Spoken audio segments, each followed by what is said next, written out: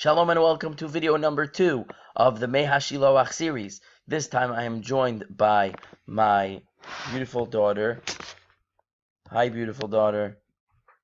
Do you want to introduce yourself? Great. And my cute little son. Hi. And here's another beautiful daughter. And we're going to learn little haShiloach. Last time we learned that in the first pasuk in Bereshis, the first verse in Genesis that says that Hashem created Shamayim va'aretz, Bereshis bara Elokim es haShamayim v'es ha'aretz. Hashem created the heaven and earth. So the haShiloach says that the word bara, created, actually means strengthening, and that Shamayim va'aretz, the heaven and earth. Okay, and the Shamayim va'aretz, the heaven and earth, were the foundations of the world. That just like when someone builds a building that he wants to put stuff into, a storehouse, a king builds a storehouse, he has to strengthen the foundations and the walls in order that it should contain what he wants to put in it. So too, that is the purpose of Shamayim va'aretz. Those are the, so to speak, the containers for all the ingredients that Hashem is going to put in the world. Those are the foundations. The haShiloach went on to say that in a human being, the parallels for these two structures are the man's mind and his heart. The mind and heart, which I presume the mind is parallel to the heaven and the heart is parallel to the earth. And those are the seats, the places of man's thought and man's desire. And those items need to be strengthened before a man can go about filling his life with the other matters. So what does that mean? A person has to give over, says the haShiloach. A person has to make Hashem king over his mind and his heart, over his thoughts and his desires, that he should only operate his heart and mind, only think and only desire things, that which is desirable to Hashem. And with that, we will continue this paragraph right over here. It says, Uchmaisha Amar Habesht. This is like the Baal Shem Tov said, the Baal Shem Tov, who was the founder of Hasidic thought. He says, like the Baal Shem Tov says about this, Shemachshava shel Adam, the thought of a man, Machsheves Sham Hu Adam Kulai. The entire man is situated in his thoughts. And what does that mean? Let's continue.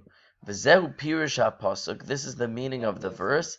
Hine beni, tena beni libcha li. My son, give your heart to me. And this is a verse in Mishlei in Proverbs, chapter 33, verse 26. I looked it up before doing this video, so that I would know what verse it is. I don't actually know Tanakh by heart.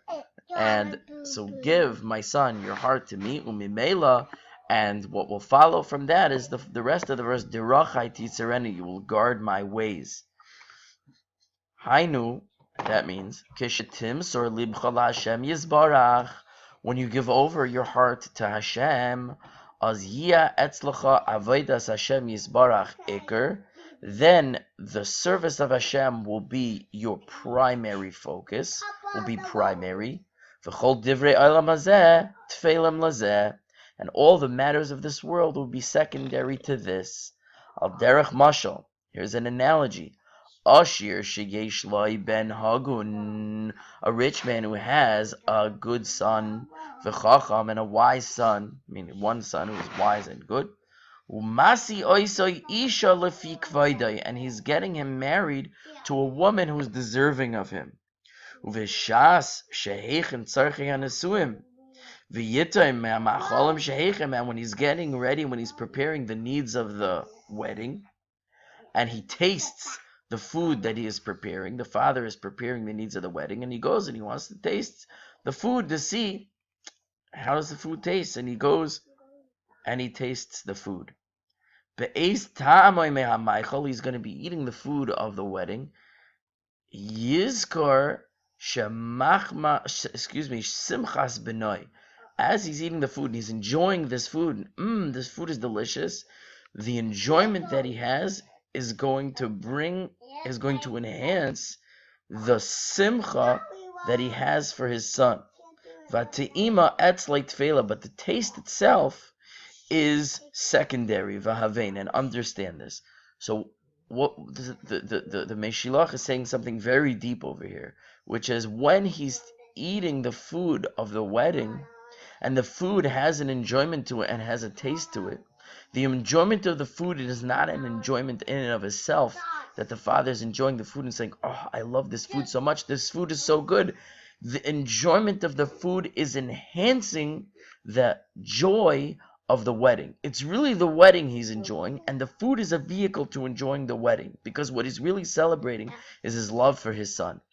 And the same thing, says the haShiloach, is exactly the way we're supposed to utilize this world and all the matters of our lives towards the service of Hashem. Really, the focus is the service of Hashem. That's the foundation of our structure.